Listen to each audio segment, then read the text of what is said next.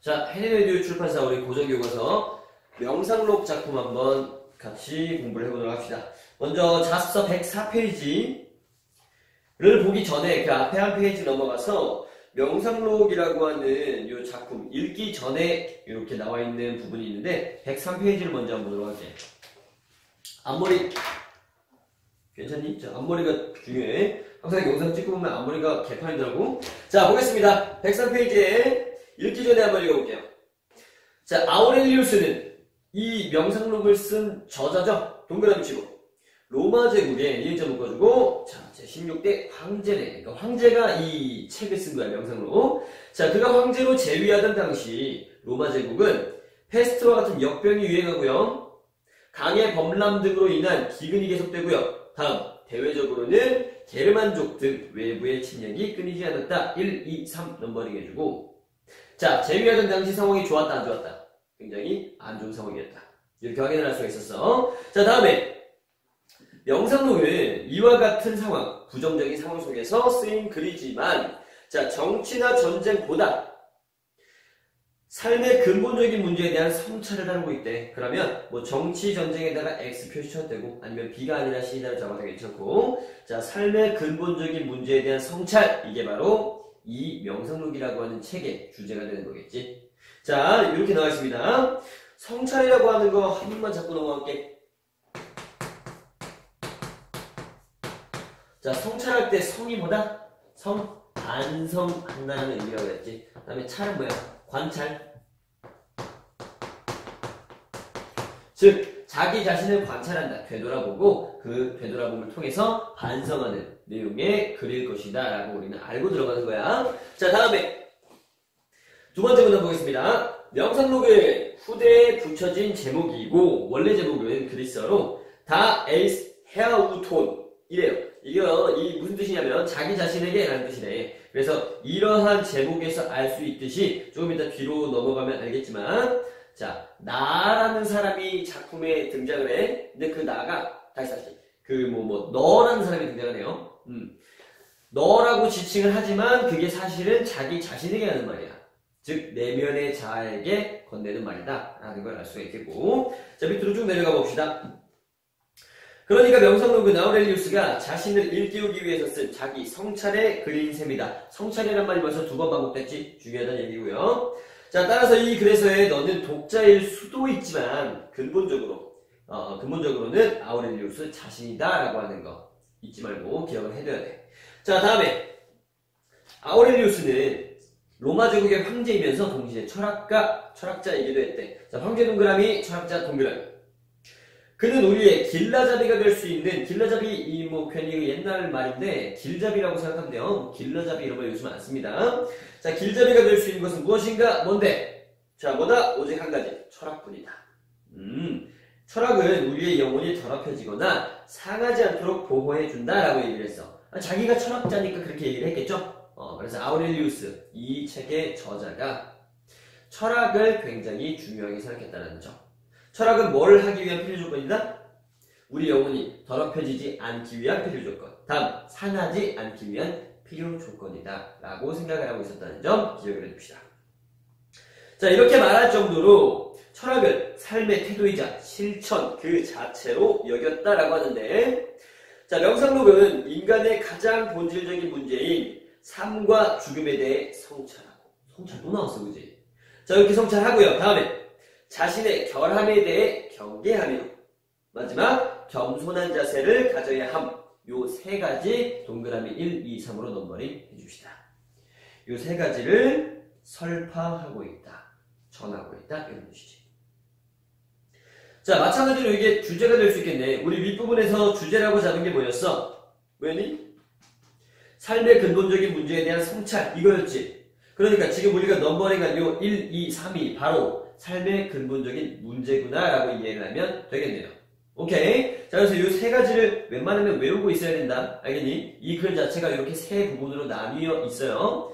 자, 다음에 이 책은 자연의 섭리에 따르면서 정신적 평온을 추구할 것을 주장한 스토아 철학. 그러니까 스토아 철학의 동그라미 치고 방금 읽었던 그 앞부분을 전부 다 물결무늬 쳐서 정의로 잡아놓으면 되겠네. 자, 근데 섭리에 따라 아니다. 섭리라는 키워드에 주목해. 알겠지? 자, 다음에 정신적인 평온이라는 키워드에도 주목해. 넘버링을 해주면 더 좋을 것 같아. 섭리, 그리고 정신적 평온. 자, 이러한 스토아 철학의 진수를 보여준다고 평가되고 있다라고 얘기를 했어. 그러면 우리가 이렇게 가볍게 살펴봤으니까 한 페이지 넘겨볼게요. 지문은 총 2페이지 반 정도로 이루어져 있어. 그래서 이 지문에서 어떤 내용들이 나오는지 가볍게 넘버링을 하면서 살펴볼 거고, 다음에 각 구절 중에 아무래도 이 철학자 선생님이 한 말이니까 조금 이제 이해하기가 어려운 부분들이 있을 거야. 그런 부분에 대해서 제가 조금 부연 설명을 해서 이해를 충분하게 하고 넘어가서 문제를 한번 풀어보도록 할게요. 자, 그러면 104페이지 첫 번째 줄부터 한번 보겠습니다. 제3권 제2절. 우리는 자연적으로 발생하는 것에 수반되는 현상들도 뭐야? 따라온다는 거지? 수반되는 현상들도 우아하고 매력적인 데가 있다는 점에 유의해야 한다. 자, 봐봐. 자연적으로 발생하는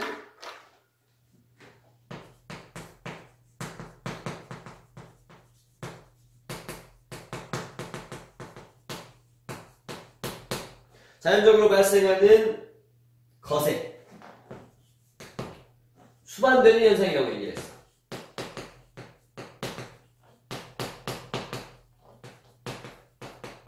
그럼 이거 범주화 한번 해놓고 들어가 볼게. 자, 자연적으로 발생하는 것에 수반되는 현상이라고 얘기를 하면 와닿지가 않지만 한번 보겠습니다. 자, 예컨대 예를 들어주고 있어. 뭐래? 빵을 굽다 보면 균열이 생긴대. 자, 봐. 빵은 저기 자연적으로 발생하는 게 아니지 않니? 자, 여기 균열을 여기다 써봅시다. 수반되는 현상, 균열. 자, 균열이 생기는데 굽다 보면, 자, 이런 균열은 어떤 의미에서는 빵 굽는 사람의 의도에는 어긋난데, 오케이, 의도에는 어긋나지만 우리의 주목을 끌어서 나름대로 식욕을 돋운다. 즉, 이 균열이라고 하는 것은 아름답다는 거지. 우리의 그거를 끌잖아. 우리의 그 시선을 끌잖아. 맞죠? 다음에 무화과도 가장 잘 익었을 때 갈라진대. 자, 무화과 자연스럽게 발생하는 거지. 어떻게 되는데? 갈라진대. 균열이죠? 다음에 농익은 올리브도 썩기 전에 가장 아름답대. 썩기 직전이라고 얘기하니까 썩기 전에 발생하는 어떤 현상이 있겠지? 색깔이 변한다든지 이렇게 그런 현상들이 있겠죠? 자, 다음에 고개 숙인 이삭이라고 얘기하는 거 원래 익잖아. 곡식이 익어서 고개를 숙인대. 이런 것들. 다음에 사자의 주름진 이마. 사자는 자연적으로 발생하는 거야. 그런데 사자의 주름까지 자연적으로 발생하지 않지. 이거는 그 사자에게 수반되는 것이지. 다음에 요 멧돼지의 입에서 흘러내리는 거품 이렇게 볼게. 자, 멧돼지도 있고 멧돼지 입에서 흘러내리는 거품 이런 것들이 있네. 그래서 자연적으로 발생하는 것에 수반되는 현상도 아름답다라고 했으니까 여기에 주목을 하자는 거야. 알겠니? 자, 그러면 예시 나온 것들 전부 다 넘버링을 한번 해보자. 먼저 첫 번째 빵이 예시를 들었지. 두 번째 무화과, 세 번째 올리브, 네 번째 이삭, 다섯 번째 사자의 이마, 다음에 여섯 번째 멧돼지의 입. 이런 식으로 입에서 흘러내리는 거품 이렇게 볼 수 있겠지. 그래서 예시를 6개나 들어주고 있다라는 거. 그러면 그 예시 바로 다음 부분 한번 볼게. 자, 이런 거품 등등은 따로 떼어서 보면 아름답지. 아름다움과는 거리가 멀지만 거품, 봐봐. 멧돼지 입에서 나오는 거품만 따로 이렇게 채취해가지고 보면 아름답겠냐고. 더럽지, 그지? 그런데 얘네를 따로 떼어서 보지 않고 자연적으로 발생하는 것에 수반이 되는 것으로 본다면 그러면 아름답대. 알겠니? 그러면 돋보이게 하고 나름대로의 매력이 있다라고 얘기를 하고 있어. 그러니까 우리 수반되는 까닭에 여기 옆에다가 화살표를 연결해보자. 수반이 됨으로 그것들을 돋보이게 하는 뭐를? 얘를 돋보이게 하고, 그지? 나름대로의 매력이 있는 것이다 라고 얘기를 하고 있네요. 자, 예를 들어서 무화과가 익었을 때 균열이 생김으로써 누가 돋보이는 거야? 무화과가 돋보이게 되는 거야. 다음에 올리브가 썩어갈 때 뭔가 무슨 썩해진 어떤 현상이 일어나겠지? 그러한 현상들이 바로 올리브를 돋보이게 가장 보기 좋게 만들어 준다는 거지. 자, 이렇게 이해를 하면 됩니다.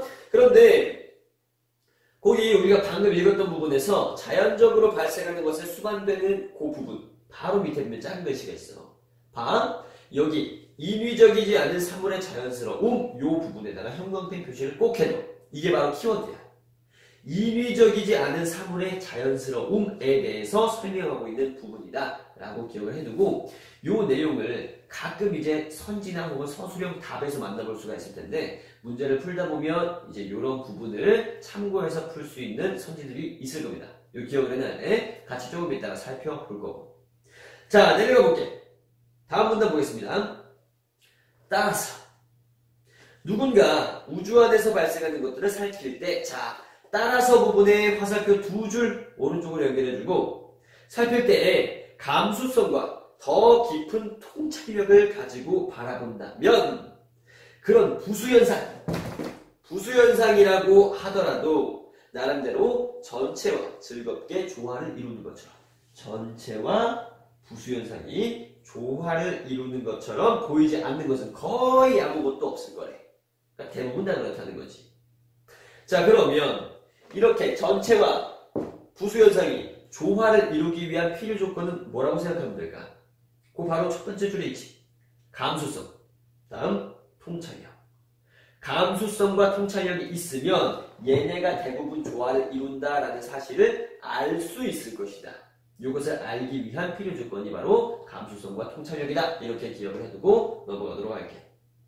자, 거기에 부수현상하고 전체에다가 동그라미 하나씩 치고 넘어갑시다.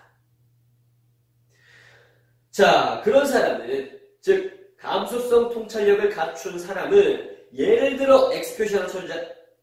야수의 쩍 벌린 입을 보고도 화가들이나 조각가들이 모방해 놓은 것, 즉 그림이나 조각이겠죠. 이런 것을 볼 때 못지않은 즐거움을 느낄 것이다 라고 얘기를 했어. 다음에 또한 노인에게서 원숭미 같은 것을 보고 다음 아이들의 매력을 순결한 눈으로 바라볼 수 있을 것이다 라고 얘기를 하고 있네. 오케이. 자, 이러한 것들이 모든 사람에게 다 설득력을 지니는 것은 아니겠지만 자연과 자연의 작용에 친숙한 사람만이 느낄 수 있는. 자, 여기서 자연과 자연의 작용에 친숙한 이 부분 물결무늬 표시해봐. 이것도 마찬가지로 필요 조건이죠. 이러한 사람만이 느낄 수 있는 경험이라고 얘기했으니까 이 경험을 하기 위해서는 이러한 친숙함을 가지고 있어야 한다 라고 우리가 필요 조건 잡고 넘어갈 수 있겠네. 확인했나요? 자, 어쨌든 그런 경험은 한두 가지가 아니다. 굉장히 많다라고 이야기를 하면서 통찰력과 다음에 감수성을 가지고 있었을 때 우리가 알아볼 수 있는, 느낄 수 있는 그러한 경험에 대해서 얘기를 하고 있습니다. 자, 그 다음에 이제 넘어가기 전에 오른쪽에 핵심 콕콕 한번 볼게. 오른쪽 위로 올라가서 제3권 제2절의 주요 내용 여기에 형광펜 표시 한번 하고 넘어가도록 하겠습니다. 자, 먼저 자연스럽게 발생하는 모든 일 형광펜 표시 했어? 자, 그 다음에 우리가 그 본문에다가 형광펜 표시한 게 하나 있지. 뭐였어? 인위적이지 않은 사물의 자연스러운 요분에 표시해놨잖아. 그 얘기하는 거야. 알겠지? 자, 즉 인위적인 거 X, 자연스러운 거 동그라미. 이렇게 범주화를 해서 기억을 하도록 하고, 자, 그러한 모든 일들의 아름다움이 존재한다. 아름다움 형광펜. 요거야. 자, 요거 지우가 한번 얘기해볼게. 뭐야?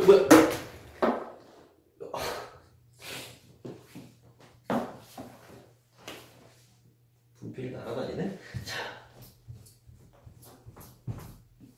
이렇게 보도록 할게. 자연스럽다라고 하는 거에 반대되는 개념은 뭐겠어? 인위적이다지? 그러니까 지금 이 아우렐리우스라는 이 책의 저자는 자연스러운 게 좋아라고 얘기하는 거지. 그러면 동시에 반대로 인위적인 건 자연스러운 거에 대해서 안 좋아라고 얘기하는 거지. 그런데 자연스러우면 즉 아름다움이 있다라고 얘기하고 있어. 이렇게 범주화를 해놓고 넘어가야 우리가 문제를 풀 때 헷갈리지 않을 수 있다는 거 기억을 꼭 해둬야 돼. 자, 그 다음에 그 아름다움이 존재한 밑에 부분 한번 보자. 감수성과 통찰력을 갖고 바라보면 확인할 수 있다. 거기에 감수성, 통찰력, 형광펜 표시하고 우리 아까 전에 필요 조건 잡았던 내용이지. 그래서 자연스러운 것에 아름다움이 있다라는 것을 알아보기 위해서는 뭐가 필요하다? 첫 번째, 감수성. 두 번째, 통찰력이 필요하다라고 얘기를 하고 있는 거야. 자, 그러면 이제 다음 문단으로 한번 넘어가 봅시다. 자, 104페이지 제4권 제3절 한번 보도록 할게. 사람들은 시골에서, 해변에서, 산속에서 자신을 위한 은신처를 찾는다. 은신처 예자로 묶어보자. 어딘가에 숨고 싶었을 때가 있잖아요, 이제. 뭔가 좀, 내 주변에 있는 일들이 너무 벅찰 때, 너무 힘들 때, 뭔가 어딘가로 숨고 싶죠. 그래서 가끔 이제 휴가를 떠나기도 하고 그러잖아. 자, 그런데, 그 다음에 잘 봐. 너도라고 얘기를 하고 있어. 너에다가 동그라미 쳐줘. 이 너는 누구를 가리키는 거다? 아우렐리우스 자신을 가리키는 거다. 알겠지? 자, 너도 무엇보다 그런 것을 그리워하는 버릇이 있다. 뭐야, 지금 뭐 하고 있는 거야? 성찰하고 있는 거지. 자기 자신을 관찰하는 거지. 자, 계속 한번 볼게. 그러나 이것이야말로 어리석기 짝이 없는 것이다. 숨을 필요가 없다. 다시 은신처를 찾을 필요가 없다라고 얘기를 하는 거야. 자, 왜 그런가 한번 볼게요. 자, 너는 원하기만 하면 언제든지 네 자신 속으로 은신할 수 있기 때문이다라고 얘기했으니까 인과관계 왼쪽으로 화살표 연결해주고 넘어가 봅시다. 아니, 자기 자신, 자기 속으로 은신한다, 이게 무슨 말일까? 자, 볼게. 자, 인간에게 자신의 영혼보다 더 조용하고 한적한 은신처는 없다라고 얘기를 했어. 그러면 이 은신처라고 하는 것은 은신처는 밖에 있다, 안에 있다. 진정한 은신처는 바깥이 아니라 안에 있다라고 얘기를 하는 거야. 맞지? 자, 자신의 내면을 들여다보기만 해도, 계속 한번 봅시다. 들여다보기만 해도 당장 더없이 마음이 편안해지는 그런 것을 갖고 있는 사람은 특히 그러하다라고 얘기를 했어. 자, 그러면 은신처, 우리 이 밖에 존재하는 은신처에 숨지 않고도 자기 마음을 편안하게 만들기 위한 필요 조건 뭐인 거야? 뭐인 거야? 내면을 들여다보는 것. 이겠지. 요거 자체를 뭐 성찰이라고 생각을 해도 괜찮고요. 어쨌든 내면을 들여다보는 것에다가 필요 조건 잡아놓고 넘어가 봅시다. 자, 마음이 편안해진다고 하면 정돈된 마음가짐을 말한다라고 했어. 정돈된 마음가짐 동그라미. 따라서 화살표 오른쪽으로 두 줄 따라서 늘 그런 은신의 기회를 가져서 너 자신을 새롭게 하라 라고 얘기를 했어. 은신의 기회를 가져 오른쪽으로 화살표 하나 쳐주고. 자, 은신을 한다라고 하는 것은 선생님 뭐라 그랬어? 내면을 들여다보는 거라 그랬지. 내면을 들여다보는 거 다른 말로 하면 뭐야? 성찰인 거지. 성찰을 하면 자신을 새롭게 할 수 있니? 그렇지. 반성을 하니까 자신이 새로워질 거 아니야. 그지? 그러니까 지금 이 아우렐리우스는 은신처라고 하는 이야기를 함으로써 성찰을 부지런히 해라 라고 하는 이야기를 하고 있는 거야. 자, 넘어가 볼게. 내 원칙들을, 원칙 동그라미, 너의 원칙들을, 그것들을 눈앞에 떠올리기만 해도 당장 너의 근심을 모두 쫓아주고, 다음 네가 장차 돌아가야 할 그곳으로 아무 불만 없이 너를 보낼 수 있도록 어때야 한다? 짧고 원초적이어야 한다. 1번, 2번이야. 자, 요거 무슨 말인지 이해가 안 될 수 있어. 그러면 한번 예시를 들어줄게. 자, 예를 들면 이런 거야. 근심을 모두 쫓아주고, 다음 돌아가야 할 곳으로 아무 불만 없이 보낼 수 있는 그런 원칙이려면 짧고 원초적이어야 한다라고 얘기를 했지. 자, 예를 들어볼게. 그냥 아침에 일어나기가 정말 힘들 때, 특히나 수험 생활할 때 아침에 일어나기 힘들잖아. 맨날 늦게 자고 그러니까. 자, 원칙을 어떻게 세웠냐면 이렇게 세웠어. 나는 뭐 몇 시 몇 분까지 무조건 샤워기 물을 튼다. 이거였어. 이게 원칙이었어. 어때? 자, 이러려면 뭐 세부적인 거 뭐 다 뭐 할 필요 없는 거야. 뭐 몇 시에 자고 몇 시에 일어나고 뭐 이런 것도 물론 중요하지만 내가 이때 물을 틀어야 돼. 그러니까 나는 이 시간이 될 때까지 무조건 눈을 떠가지고 뭐 이불을 정리하든 뭐 밥을 먼저 먹든 늦게 먹든 상관없어. 무조건 이 시간에 물을 트는 거야.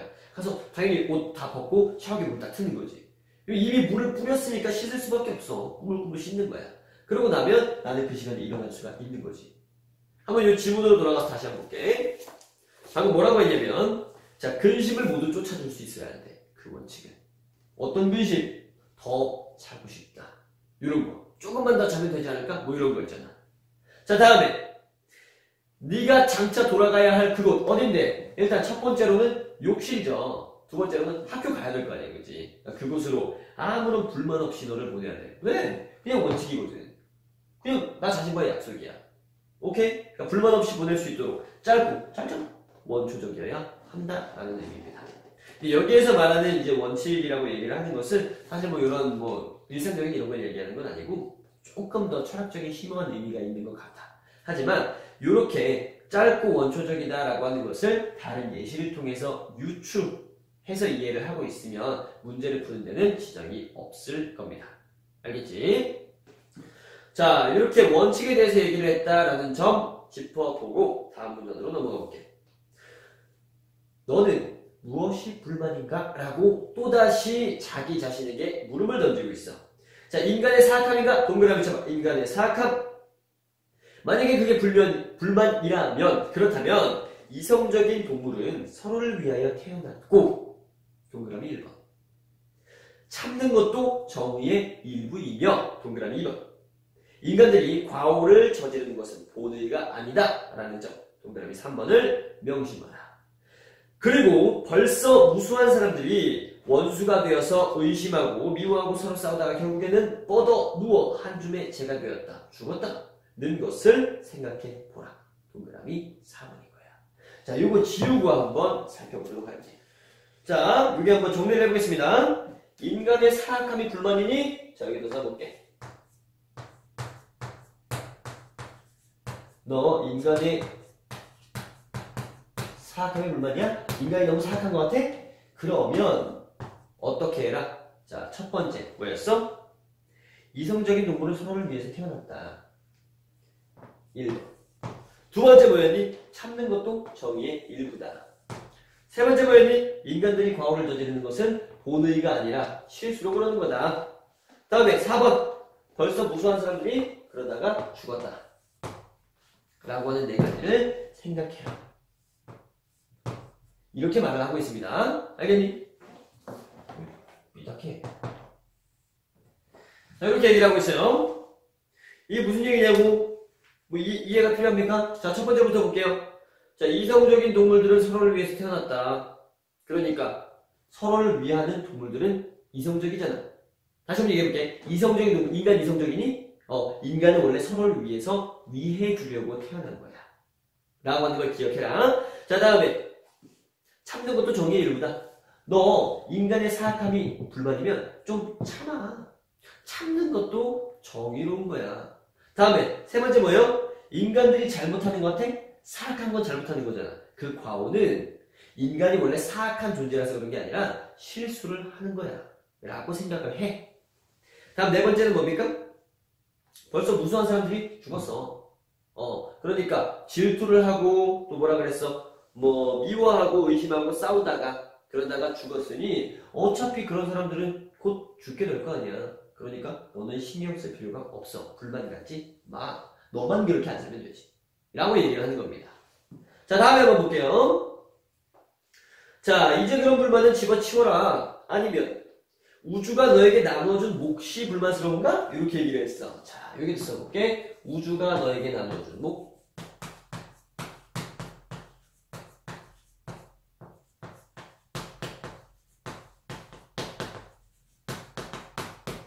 시 불만스러우니? 이 몫이 불만스러우니? 라고 말을 하고 있는데 나눠준 몫이라고 얘기하면 뭐 얘기하는 거겠니? 뭐 우리 왜 흔히 그런 얘기 하잖아. 뭐 금수저니 은수저니 이런 얘기 하잖아. 뭐 부모님이 뭐 물려줄 게 많으면은 뭐 불만이 없고 뭐 없으면은 뭐 불만이 있고 뭐 그럴 수도 있잖아, 그지? 자, 그러니까 만약에 이게 불만이야? 그러면 너 이렇게 한번 생각해봐 라고 얘기를 하겠죠. 지금 구조가 똑같은 거 보이니? 보겠습니다. 그게 불만이야? 그러면 성리가 아니면 원자라는 양자택일을 생각해봐. 동그란 1번이죠? 그것이나 다음에 우주는 일종의 국가다 라고 하는 것을 머리에 떠올려봐라. 다음, 아니면 아직도 육신에 관한 것들이 너를 성가시게 하니까 이렇게 볼게. 육신에 관한 것,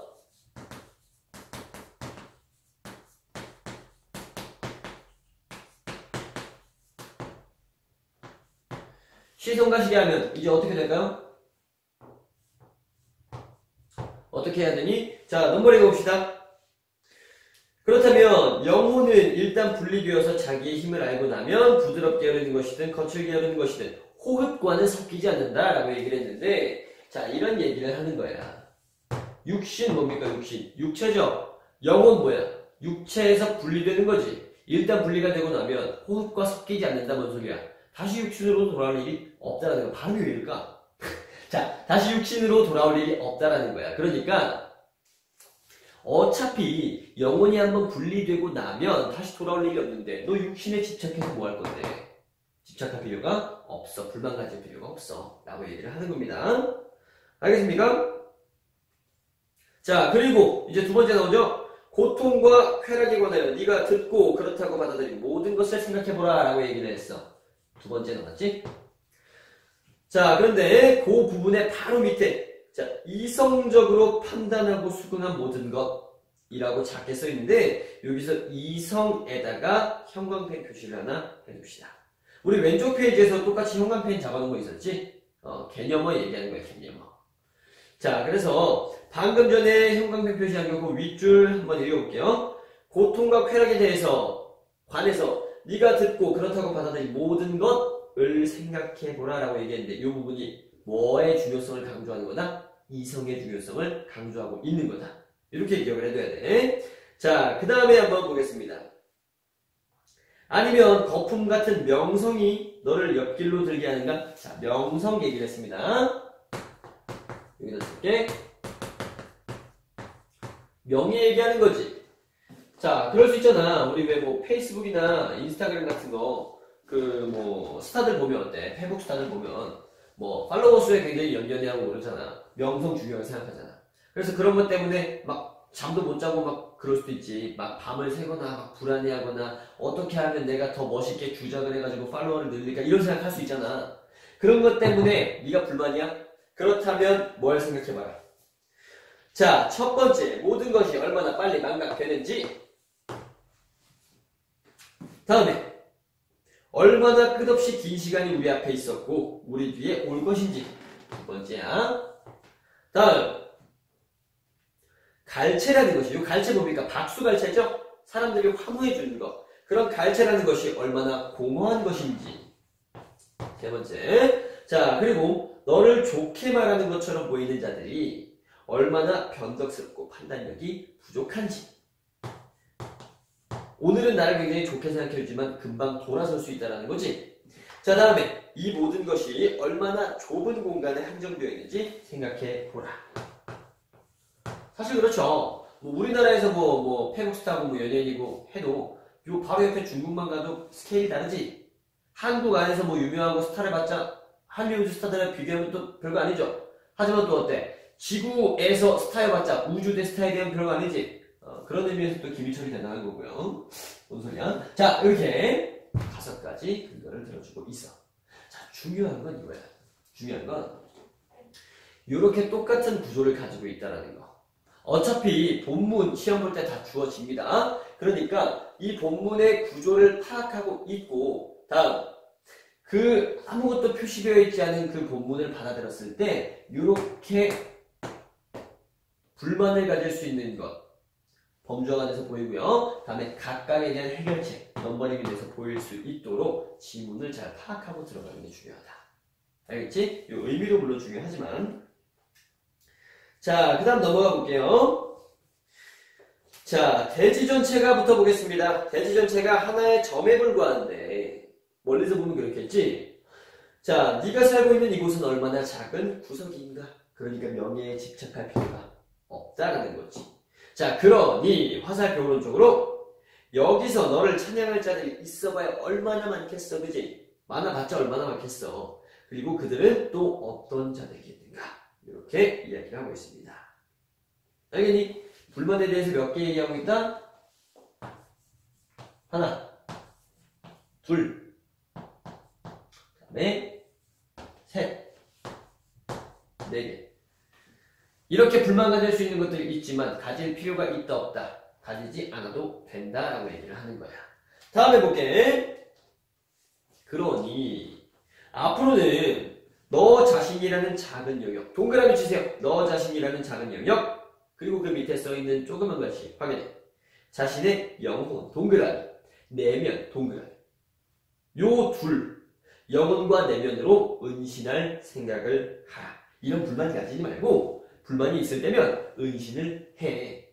성찰을 해. 이런 얘기야. 자, 그리고 무엇보다도 빗나가거나 긴장하지 말고 삐 잡아주고 자유인이 되어서 인간으로서 시민으로서 시 죽게 마련인 동물로서 사물들을 보도록 하라. 이렇게 얘기를 하고 있습니다.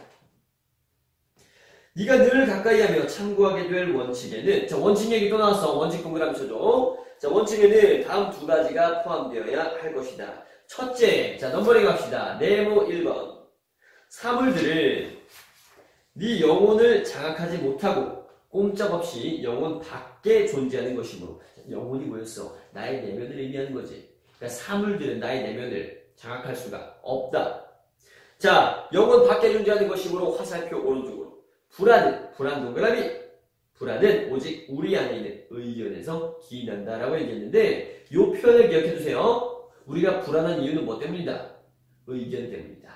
자, 불안 동그라미 치고 의견 동그라미. 그래서 그 의견에서 화살표를 쭉 이어가지고 불안에다가 연결을 해줘. 의견을 가지고 있기 때문에 불안이 생기는 거다 라고 얘기를 하고 있습니다.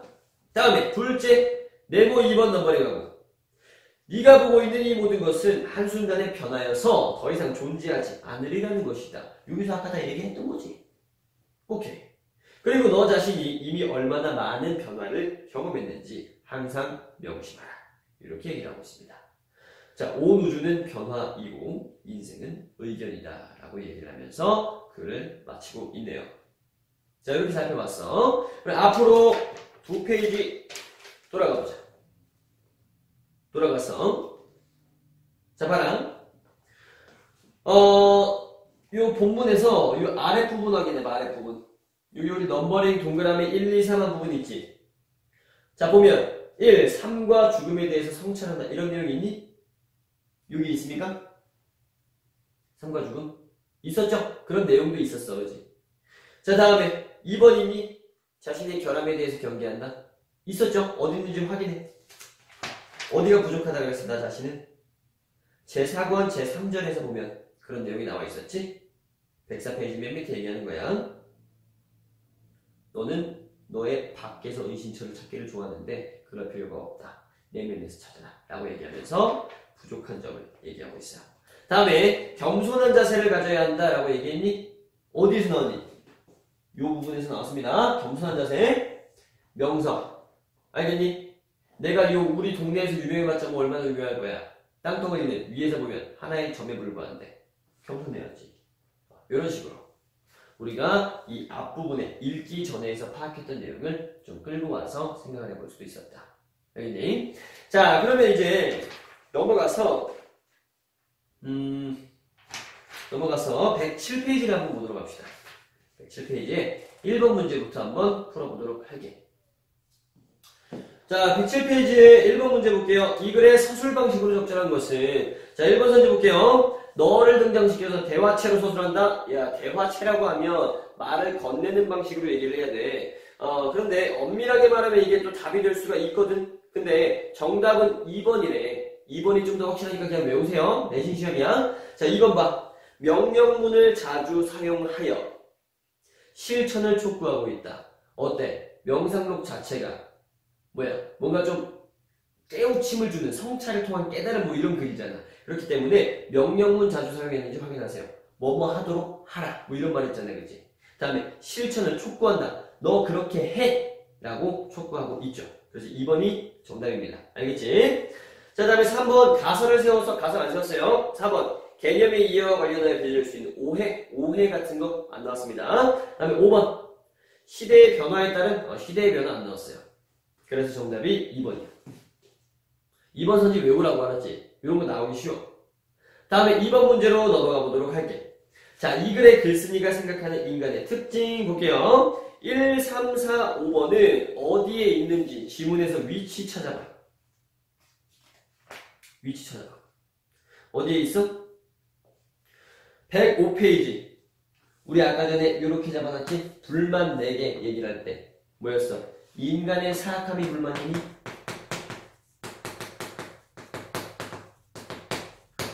그렇다면 이렇게 하도록 해. 잡아놨었지? 이 부분에 해당하는 거예요. 맞니? 자, 그런데 2번 선지는 뭐야? 아름다움과 거리가 멀지만 자연적인 존재다. 이거 뭐였어? 앞으로 돌아가봐. 104페이지. 어디 있어요? 여기 빵 그림 있는 데에서부터 아래로 하나, 둘, 셋, 넷, 5번째. 빵 그림부터 아래로 4번째 줄이네. 거기 보면 아름다움과는 거리가 멀지만 자연적으로 발생하는 것에 수반되는 것. 이거 뭐였어? 자연현상 얘기한 거였지? 무슨 뭐 멧돼지 입에 거품이니 뭐 이런 거 얘기했었잖아. 그래서 그 부분은 인간에 대해서 설명하는 것이 아닙니다. 알겠지? 이거 범주화가 제대로 되어 있어야 해. 그래서 2번 문제의 정답은 2번이었다. 알겠지? 2번에 있는 나머지 선지들은 뭐였어? 나머지 선지들은 다 이런 식으로 1, 2, 3, 4, 4가지 이런 불만사항에 대한 해결책 중에서 하나, 둘, 셋, 넷 뽑아낸 거야. 그러니까 내신 시험 문제를 낼 때 선생님이 어떻게 내실 수 있을까? 여기 지금 선지에 나온 내용 말고 다른 부분에서 골라내가지고 선지를 구성하실 수가 있다고. 알겠지? 굉장히 뻔한 문제니까 틀리지 말고 침착하게 맞춰서 봅시다. 다음에 3번 문제 볼게. 기역, 미음 좀 성격이 다르나? 기역, 미음 확인해봐. 뭐야?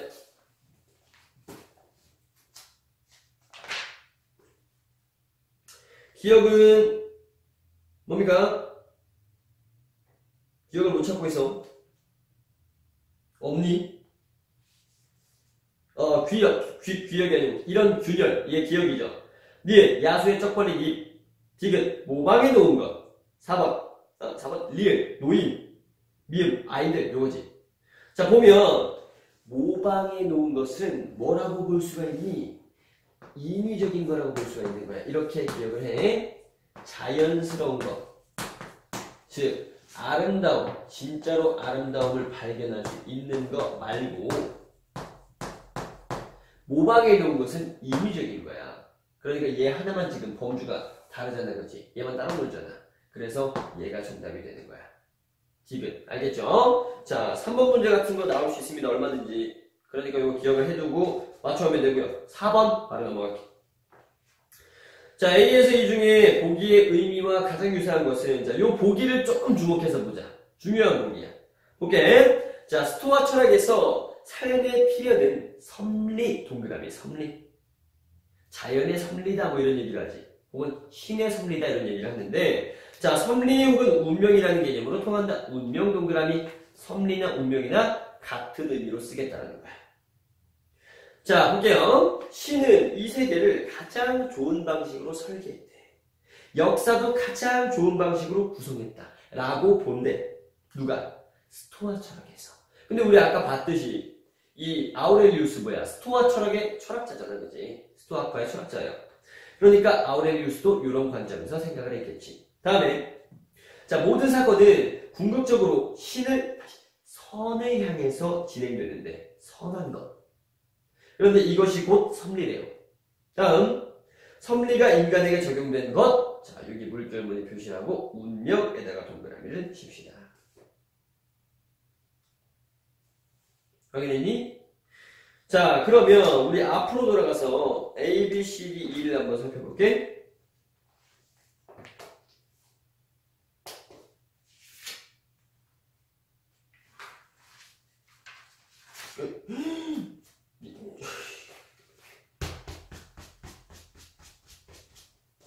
자, ABCD를 한번 살펴볼게. 자,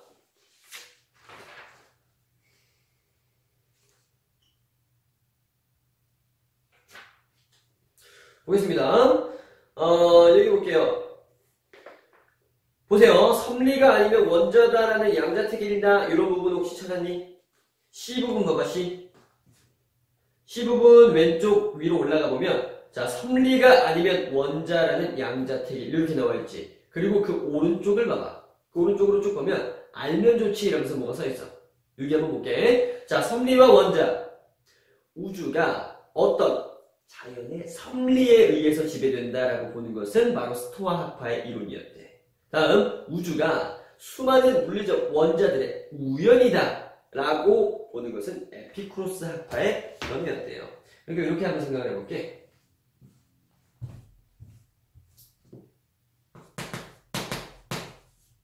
섭리, 운명 이다라고 보는 것은 누구? 스토아 학파. 이렇게 쓸게. 스토아파의 의견이었고, 다음에 우연에 불과하다 라고 보는 것은 에피쿠로스 학파의 견해였대. 자, 이렇게 얘기를 하고 있네.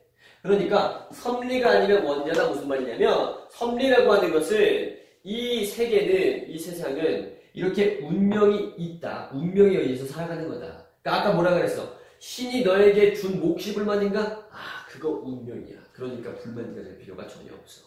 어차피 선으로 돌아가게 돼 있어. 그러니까 불만 가질 필요가 없죠. 그게 아니라면 뭐야? 우연이야. 우연의 일치로 랜덤하게 네가 갖고 태어난 거고 네가 갖게 된 건데 거기에 대해서 불만을 가질 필요가 뭐가 있어? 많이 가진 사람 우연히 가진 거야. 적게 가진 사람도 우연히 가진 거야. 이건 불만 가지면 바보죠. 주사위 던지기 한 건데, 그치? 이런 이야기를 하고 있는 거였습니다. 아까 전에 쌤이 설명을 살짝 빼놓고 넘어온 것 같아서 한번 짚어봤어. 자, 그런데 그 바로 다음 부분이 C지 바로. 보게. 섭리가 아니면 원자라는 양자택일이나 그게 아니면 우주는 일종의 국가다라고 하는 증거들을 머리에 떠올려라 라고 얘기를 했어. 그러니까 우주가 일종의 국가다라고 하는 것은 그 앞에 있는 말하고 비슷한 의미네. 그 사이에다가 이렇게 표시 하나 해줘봐. 표시 하나 해주고, 자, 다시 한 페이지 넘겨서 문제를 보세요. 문제를 보면, 보기에서 위에서 두 번째 줄 보자. 신은 이 세계를 가장 좋은 방식으로 설계했다라고 얘기했지. 그러니까 마치 이 세계는 신이 다스리는 국가나 마찬가지라는 거야. 다음에, 섭리가 인간에게 적용된 것이 운명이다. 이거는 뭐 별로 관련이 없고. 그래서 이 보기의 의미와 가장 유사한 것은 섭리 아니면 원자다라고 하는 그 부분과 그 바로 다음에 일종의 국가다라고 하는 부분이 유사한 의미를 가지므로 마치 그 실제 국가의 왕이 있듯이 이 세계에는 누가 있는 거야? 신이 있는 거야. 그렇지. 그렇기 때문에 이 부분에서 착안을 해서 정답이 3번이다라고 골라내면 됩니다. 알겠죠? 이런 문제가 나온다면 그냥 이게 3번이 정답일 수밖에 없어. 이 C 부분이. 이거는 외워두어도 괜찮은 문제다. 알겠지? 자, 다음에 5번 문제 한번 보겠습니다. 가에 어울리는 한자성어. 자, 가는 뭐냐면 사람들의 관심이 뭐 갑자기 식을 수도 있다 뭐 이런 얘기인데 가가 어디 있습니까? 어디 있어? 자, 109페이지 아래쪽에 있는 자, 너를 좋게 말하는 것처럼 보이는 자들이 얼마나 변덕스러운지 이랬다 저랬다 이러지. 오늘은 나를 굉장히 좋아해요 하다가 그 다음 날에 갑자기 마음이 싹 식어버릴 수도 있는 거야. 자, 그걸 나타내는 한자성어는 뭐냐면 5번 문제 정답이 5번입니다. 이거 우리 어휘 추론만 살짝 한번 해보고 넘어갈게. 염량세태라고 하는 한자성어가 나왔어. 자, 여기에서 이 염은 화염, 뜨거운 거 얘기하는 거야. 인기가 뜨겁다가도 양은 뭐냐면 남양특집 이런 말 들어봤니? 차갑다 이런 뜻이야. 그래서 여름에 남양 특집 하잖아. 너무 더우니까 차갑게 만들어주는 무서운 이야기 같은 거 TV에서 막 나오고 하잖아. 그래서 그 남양 할 때 양자인데 뜨거웠다가 차가웠다가 변덕이 심한 세태를 뜻하는 게 바로 염량세태야. 그래서 요 한자성어가 나올 수밖에 없다라는 거. 알겠니? 그래서 이거 기억을 해두세요. 이게 아니라면 뭐 다른 거 뭐 얼른 생각나는 건 없는데 어쨌든 이렇게 막 변한다, 이랬다 저랬다 한다 라고 하는 거, 그런 의미를 가진 한자성어를 골라내면 됩니다. 다음에 6번 문제 한번 보도록 할게. 자, 6번 밑줄 친 시어 중에 A와 관련이 있는 것은? 이라고 했어. 자, A 한번 뭔지 확인부터 해보자. A 정돈된 마음가짐이었지. 자, 정돈된 마음가짐 그 밑에 조그만 글씨 한번 확인해봐. 105페이지 위에 세 번째 줄이지. 자, 그 조그만 글씨 한번 볼게. 자, 욕망의 절제를 통한 정신적 평온의 상태. 물결무늬 밑줄. 요것을 뭐라고 부른다? 아파테이아라고 부른다라고 얘기하지. 동그라미잖아. 아파테이아의 정의입니다. 욕망의 절제. 욕망. 더 이상 욕심을 내지 않는 거야. 그래서 정신적으로 평온한 상태를 얻었다. 아파테이아인데, 자, 작품으로 돌아가 볼게. 107번에 보기에 있는 작품 돌아가 볼게. 보자. 이제 바라보느라 지난 것이 다 덮여있는 눈길을 온 겨울을 떠돌고 왔다. 온 겨울 뭐야? 그냥 무슨 뭐 계절적인 배경이죠? 여기 있는 낯선 지역을 바라보느라 낯선 지역 공간적인 배경이죠. 다음에 쭉 내려가서 밑줄 보자. 세상은 지금 묵념의 가정자리. 지나온 어느 나라에도 없었던 지나온 과정, 공간적인 배경 이렇게 볼 수 있겠고, 다음에 그 밑으로 내려갔어. 바라보느라 온갖 것에 보이지 않는 움직임을 이렇게 얘기했어. 보이지 않는 움직임 뭐야 이게? 뭐 있습니까? 없죠? 밑으로 쭉 내려가. 자, 나의 마음은 밖에서는 눈길. 여기 찾았니? 밖에서는 눈길이야. 눈길은 걸어가기가 쉽니 어렵니? 어렵죠. 그러니까 조금만 추상화해서 시련과 고난 이 정도로 한번 받아들여보자.